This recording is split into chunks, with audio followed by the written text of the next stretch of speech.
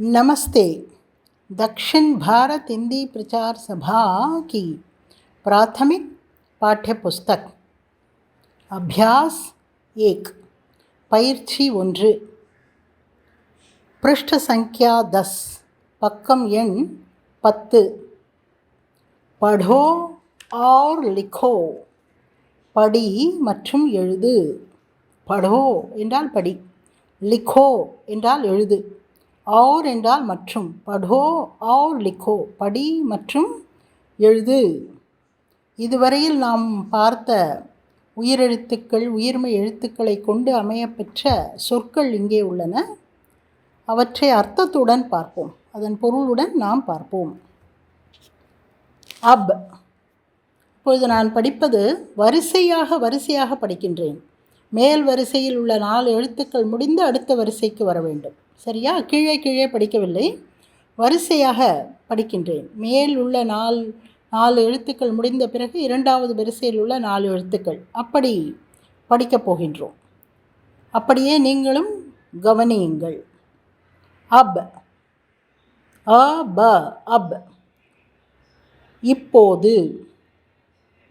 ஆஜ், ஆ ஜ ஆஜ், இன்று. இக், இ க இக், ஒன்று. ஈக், ஈக், ஈக ஈக், கரும்பு. உட், உட், ஊட்ட உட், எழுந்திருத்தல். ஊன், ஊன், ஊன ஊன், கம்பளி கம்பளி. உலன் என்று ஆங்கிலத்தில் சொல்வோம். ருண், ருண், ருணா ருண், கடன். ஏக், ஏக், ஏக ஏக், ஒன்று.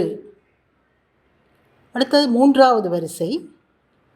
ஆன், ஆன், ஐ நா ஐன், முக்கியமான, சரியான நேரத்தில் வந்து விட்டார் என்றெல்லாம் சொல்கின்றோம் அல்லவா? அப்பொழுது இந்த ஆன் என்ற வார்த்தையை பயன்படுத்துவார்கள். ஓஸ், ஓச ஓஸ், பனித்துளி பனித்துளி. ஆர், ஆர், ஔர ஔர், மற்றும், மேலும் என்ற பொருள் எல்லாம் இது தரும். அடிக்கடி பயன்படுத்துகின்ற ஒரு சொல் ஔர். அங்கு, அங்கு, ஆ மேலே புள்ளி க, அங்கு. அங்கு என்றால் அங்கம். அடுத்தது 4வது வரிசை. கல், க ல கல், கல் என்பதற்கு நேற்று மற்றும் நாளை என்ற பொருள் உள்ளது. கல். அடுத்தது கல், கல். இரண்டாவது மகாபிரான் கா, கல், க ல கல். கல் என்றால் வில்லன் என்றால் வருகின்றார்கள் அல்லவா சினிமாக்களில். அந்த கல், வில்லன், தவறான என்ற ஒரு அர்த்தத்தை கொடுக்கக்கூடிய சொல் அது, கல். கண், கண், கணா கண். கண் என்பது கணங்கள் என்று கூறுகின்றோம் அல்லவா தமிழில். மனித கணங்கள், மிருக கணங்கள். கண என்றால் ஒரு தொகுப்பு, ஒரு தொகுதி, தொகுப்பு. அடுத்தது கர், கர், கர கர், கர் என்றால் வீடு. அடுத்த 5வது வரிசை. சர், சர சர். சர் என்றால் அங்கும் இங்கும் செல்பவை, இப்படி அப்படியும் செல்வது, செல்வதற்கு சர் என்று கூறுவார்கள். மாடு மேய்ப்பதை கூட சர்த்தாக என்பார்கள். மேய்கின்றது அல்லவா, அதை கூட சர் என்று சொல்லும் வழக்கம் உள்ளது. அடுத்தது சல், சல். சல் என்றால் ஏமாற்றுதல், தந்திரத்தால் ஏமாற்றுதல், சல். அடுத்தது ஜன், ஜ நா ஜன், ஜன் என்றால் மக்கள். அடுத்தது ஜர், ஜர், ஜ ர ஜர். ஜர் என்றால் அருவி, சலசல என்று கீழே விழுதல், ஜர். அடுத்தது 6வது வரிசை. Dull, dull. டல் என்றால் தள்ளி போடுதல், விலகி போகுதல், விளக்குதல் என்ற அர்த்தங்கள் வரும். ட லா டல். அடுத்தது டக். டக் டக. டக் என்றாலும் ஏமாற்றுதல். ஏமாற்றுதல் டக். அடுத்தது டர். ட ரா டர். டர் என்றால் பயம். டர் பயம். அடுத்தது டக். டக் ட க டக். டக் என்றால் மூடுதல். டக் என்றால் மூடுதல். டக்கன் என்று சொல்வார்கள். மூடிக்கு பானையை மூடுகின்றோம், பாத்திரங்களை மூடுகின்றோம் அல்லவா, அதற்கு டக்கன் என்பார்கள். டக்கன் என்றால் மூடி. டக் என்றால் மூடுதல். அடுத்தது 7வது வரிசை தர். தர் என்றால் ஈரம், ஈரமான. த ரா தர், ஈரமான. அடுத்தது தல். தல். தல் என்பது ஒரு இடத்தை குறிக்கும், பூமியை குறிக்கும். ஸ்தலம் என்கின்றோம் அல்லவா, அதுபோல தல். த லா தல். அடுத்தது தப். த பா தப். தப் என்றால் அமுங்குதல். தப். த பா தப் அமுங்குதல். ஓ தபாத்தா ஹே, அமுக்கறான்பா என்று சொல்வோம் அல்லவா, அவன் அமுக்கி விடுகின்றான் என்று சொல்கின்றோமே, அதுதான் தப். அடுத்தது தன். தன். த நா தன். தன் என்றால் செல்வம். அடுத்த வரிசை 8வது வரிசை நர். நா ரா நர். நர் என்றால் மனிதன். நரன் என்று கூட சொல்வார்கள். நர். நர் என்றால் மனிதன். அடுத்தது பல். பல்.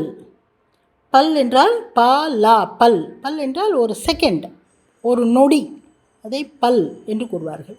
கண் இமைக்கும் நேரம், கண் இமைப்பது. கண் இமைக்கு கூட பல் என்று சொல்வது உண்டு. கண் இமை இருக்கின்றதல்லவா, அதற்கு கூட பலக் என்பார்கள். அது இமைப்பதை பல் என்று கூறுவார்கள். அந்த இமைக்கும் நேரம் தானே ஒரு நொடி. எனவே பல். பல் என்றால் ஒரு நொடி. அடுத்தது பன். ப நா. ப நா பன். இந்த பாம்பு படம் இருக்கின்றதல்லவா, அந்த படத்திற்கு பன் என்பது பெயர். அதன் பிறகு பல். பா லா பல். பல் என்றால் பலம். அடுத்தது 9வது வரிசை பர். பர். ப ரா பர். பர் என்றால் முழுமையான, நிறைந்த. அடுத்தது மண். மா நா மண். மண் என்றால் மனது. அடுத்தது யஷ். யா ஷா யஷ். யஷ் என்றால் புகழ். அடுத்தது ரன். ரன். ரா நா ரன். ரன் என்றால் யுத்தம், போர். அடுத்தது 10வது வரிசை லட். லட். லா டா லட். லட் என்றால் சண்டையிடுதல். லட். அதன் பிறகு வன். வ ந வன். வன் என்றால் வனம், காடு. அடுத்தது ஷக். ஷக். ஷ க ஷக். ஷக் என்றால் சந்தேகம், சந்தேகம். அதன் பிறகு ஹட். ஹட். ஹட் என்றால் தள்ளிப்போ என்பது பொருள். ஹட் என்றால் விலகு, விலக்கு, விலகிச்சல் என்பதெல்லாம் பொருள். ஹட். ஹா டா ஹட். அதன் பிறகு 11வது வரிசை படு. படு. ப ட படு. படு என்றால் படித்தல். மகாபிரான் டா வந்துள்ளது, கவனிக்கவும். அதன் பிறகு சச். சச். ச ச சச், உண்மை. ஹம். ஹம். ஹ மா ஹம். ஹம் என்பது நாம், நாங்கள், இந்த இரண்டையும் குறிக்கும். நாம், நாங்கள். ஹம். அதன் பிறகு பர். ப ரா பர். பர் என்பதற்கு அதன் மேல் என்பது ஒரு பொருள், ஆனால் என்று ஒரு பொருள். பறவையின் இறகு உள்ளதல்லவா, அதை கூட பர் என்று கூறுவார்கள். 3 பொருள்கள், 3 அர்த்தங்கள் உள்ளன இந்த பர் என்ற சொல்லிற்கு. பர் ஒன்று அதன் மேல், இதன் மேல் என்று சொல்லும்பொழுது பர் என்பார்கள். அதன் பிறகு ஆனால் என்பதற்கு பர். அதன் பிறகு பறவையின் இறகுக்கும் பர். சரியா? அடுத்தது 3 எழுத்துக்கள் உள்ளன, கவனியுங்கள். 3 எழுத்துக்கள் உள்ள சொற்கள் இருக்கின்றன. அதில் முதல் சொல், முதல் வரிசை, 3 எழுத்துக்களில் முதல் வரிசை நரம். நரம். நா ரா மா நரம். நரம் என்றால் மிருதுவான, மென்மையான. அடுத்தது சரல். சரல். சரல் என்றால் எளிதான, சிம்பிள் என்று கூறுவோம் அல்லவா ஆங்கிலத்தில், அதுதான் சரல். சா ரா லா, சரல். அதன் பிறகு ஃபசல், கீழே புள்ளி வைத்துள்ளது பாருங்கள், பாவிற்கு கீழே புள்ளி வைத்துள்ளது. ஃபசல். ஃபசல் என்றால் அறுவடை, அறுவடையை ஃபசல் என்பார்கள். அதன் பிறகு சடக். சடக். சடக் என்றால் வீதி, சாலை என்போமெல்லாம், அண்ணா சாலை என்றெல்லாம், அதற்கு தான் சடக். மூன்றாவது எழுத்துக்களில் இரண்டாவது வரிசை. ஔஷத். ஔஷத். ஔஷத. ஔஷத். தமிழில் கூட ஔடதம், ஔடதம் என்போம் தெரியுமா, மருந்து. ஔஷத் என்றால் மருந்து. அதன் பிறகு மஹல். மஹல். மாஹாலா, மஹல். மஹல் என்பதை மெஹல் என்பார்கள். மெஹல். மெஹல் என்றால் மாளிகை. இதை மஹல் என்று எழுதுவோம், மாஹாலா, மஹல் என்று எழுதுவோம். உச்சரிக்கும் போது மெஹல் என்பார்கள். மெஹல். தாஜ்மெஹல். தமிழில் மகால் என்று கூறுவார்கள் தெரியுமா, அதுதான் மாளிகை. அதன் பிறகு கலத். கலதா, கலத். கலத் என்றால் தவறு. அதன் பிறகு ஷஹர். ஷஹரா, ஷஹர் என்று எழுதுவோம், சொல்லும்போது ஷெஹர் என்பார்கள். ஷெஹர். ஷெஹர். ஷஹரா, நகரம், சிட்டி. அடுத்தது மூன்றாவது வரிசை, மூன்று எழுத்துக்களில் மூன்றாவது வரிசை. ஷக்கல். ஷக்கல். ஷகலா. ஷக்கல் என்றால் முகம், ஃபேஸ். அதன் பிறகு ஜகத். ஜகத். ஜகதா, ஜகத். ஜகத் என்றால் உலகம். அதன் பிறகு சரல். சரலா, சரல், எளிதானது, சிம்பிள். அடுத்த வார்த்தை நமக். நமகா, நமக். நமக் என்றால் உப்பு. நமகா, நமக் என்றால் உப்பு, சால்ட். மூன்று எழுத்துக்கள் உள்ள சொற்களின் நான்காவது வரிசை. ரசத். ரா சா தா, ரசத். ரசத் என்ற சொல் வணிகம், இராணுவம் மற்றும் பிற துறைகளில் பயன்படுத்தப்படுகின்ற ஒரு சொல். சாதாரணமாக ஒரு இடத்திலிருந்து மற்றொரு இடத்திற்கு பொருளை எடுத்து சென்று அதை பாதுகாத்து வைப்பதையும் இது குறிக்கின்றது. சாதாரணமாக இந்த மிலிட்ரி போன்ற இடங்களில் பல நாட்களுக்காக பொருட்களை சேர்த்து வைப்பார்கள். அதையெல்லாம் இந்த ரசத் என்ற சொல் குறிக்கின்றது. சரியா? ரசத் என்ற சொல்லுக்கு இவ்வளவு அர்த்தங்கள் உள்ளன. அதன் பிறகு மஹக். மஹகா, மஹக். மஹக் என்பதை மெஹக் என்றும் சொல்வார்கள். மெஹக். மஹக் என்று எழுதுவோம், சொல்லும்போது மெஹக். மெஹக் என்றால் மணம், மணம், நறுமணம் என்றெல்லாம் கொள்ளலாம். அதன் பிறகு ஔரத். ஔரதா, ஔரத். ஔரத் என்றால் பெண்மணி, லேடி. அதன் பிறகு செஹல். செஹல். சஹலா, சஹல் என்று எழுதுவோம், சொல்லும்போது செஹல் என்பார்கள். செஹல் என்றால் அமர்க்களமாக, சந்தோஷமாக எல்லோரும் சேர்ந்து இருப்பது செஹல். செஹல் பெஹல் என்று கூட சொல்வார்கள். செஹல். அடுத்தது ஐந்தாவது வரிசை, மூன்று எழுத்துக்கள் கொண்ட சொற்களின் ஐந்தாவது வரிசை. மகர். மகர். மகர் என்பதற்கு ஆனால் என்று ஒரு பொருள் உள்ளது. முதலை கூட மகர் என்று கூறப்படுகின்றது. மகரா, மகர். ஆனால் மற்றும் முதலை. அதன் அடுத்த சொல் நசர். நசர். நசர் என்றால் பார்வை. நசர். நசரா, நசர், பார்வை. கலஷ். கலஷா, கலஷ், கலசம். கலசம் என்று சொல்வோம் அல்லவா, கோவில் மேலெல்லாம் வைப்போமே கலசம், அதைத்தான் கலஷ் என்பார்கள். கலஷா, கலஷ். அடுத்தது ஜலன். ஜலனா, ஜலன். ஜலன் என்றால் எரிதல். எரிதல் என்றால் பற்றி கொண்டு எரிகின்றது அல்லவா, நெருப்பு பற்றி கொண்டு எரிகின்றது, அதுதான் ஜலன். சில நேரங்கள் உடலில் கூட எரிச்சல் உண்டாகின்றது அல்லவா, அது கூட ஜலன் ஹோத்தாக என்பார்கள். உடல் சில இடங்களில் ஏதோ காயம்பட்ட இடங்கள் எல்லாம் எரியும் அல்லவா, எரியும் உணர்வு ஏற்படுகின்றது, அதற்கு கூட ஜலன் என்பார்கள். பொறாமைப்படுவதை கூட ஜலன் என்பார்கள். சில பேர் பொறாமைப்படுகின்றார்கள் அல்லவா, இந்த பொறாமைக்கு கூட ஜலன் என்ற ஒரு சொல் உள்ளது. ஓ ஜல்தாக என்பார்கள். ஓ ஜல்தாக என்றால் அவன் பொறாமைப்படுகின்றான் என்பது பொருள். ஸோ இந்த ஜலன் என்ற சொல்லுக்கு இப்படி 3 விதமான அர்த்தங்கள் இருக்கின்றன. அடுத்தது 6வது வரிசை. 6வது வரிசை 3 எழுத்துக்கள் கொண்ட சொற்களின் 6வது வரிசை. கரம். கரமா கரம். கரம் என்றால் சூடு. கரல். கரல கரல். கரல் என்றால் விஷம். கரல கரல் விஷம். ரசமா ரசம். ரசமா ரசம். இதை ரஸ்ம என்றும் சொல்வார்கள். ரஸ்ம அதாவது பாரம்பரியம், வழக்கமாக வருகின்ற சில வழக்கங்கள் உள்ளன அல்லவா, அதை ரஸ்ம என்பார்கள். இதை எழுதும்போது ரசம் என்று எழுதுவதுண்டு.